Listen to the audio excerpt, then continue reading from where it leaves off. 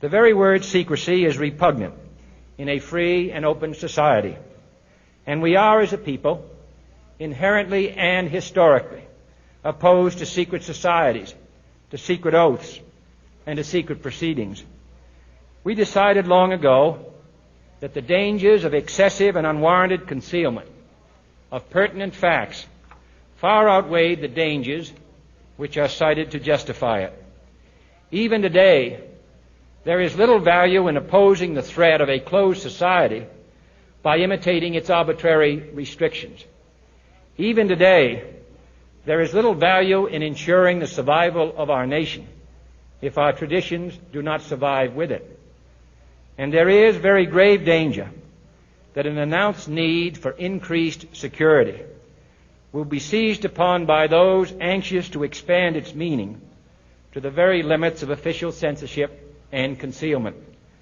That I do not intend to permit to the extent that it's in my control. And no official of my administration, whether his rank is high or low, civilian or military, should interpret my words here tonight as an excuse to censor the news, to stifle dissent, to cover up our mistakes, or to withhold from the press and the public the facts they deserve to know.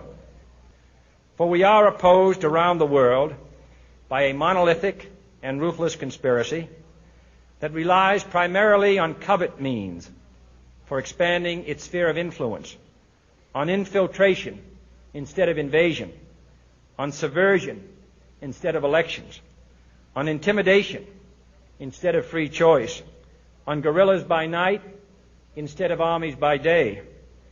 It is a system which has conscripted vast human and material resources into the building of a tightly knit, highly efficient machine that combines military, diplomatic, intelligence, economic, scientific, and political operations. Its preparations are concealed, not published. Its mistakes are buried, not headlined. Its dissenters are silenced, not praised. No expenditure is questioned, no rumor is printed, no secret is revealed. No president should fear public scrutiny of his program, for from that scrutiny comes understanding, and from that understanding comes support or opposition, and both are necessary. I am not asking your newspapers to support an administration, but I am asking your help in the tremendous task of informing and alerting the American people. For I have complete confidence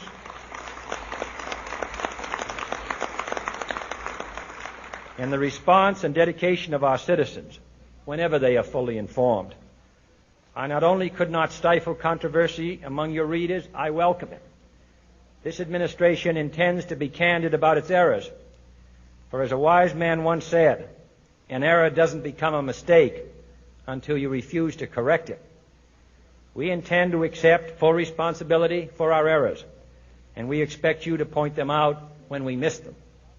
Without debate, without criticism, no administration and no country can succeed, and no republic can survive.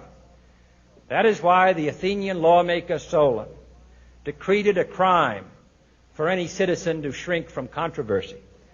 And that is why our press was protected by the First Amendment, the only business in America specifically protected by the Constitution, not primarily to amuse and entertain, not to emphasize the trivial and the sentimental, not to simply give the public what it wants, but to inform, to arouse, to reflect, to state our dangers and our opportunities, to indicate our crises and our choices, to lead, mold, educate, and sometimes even anger public opinion.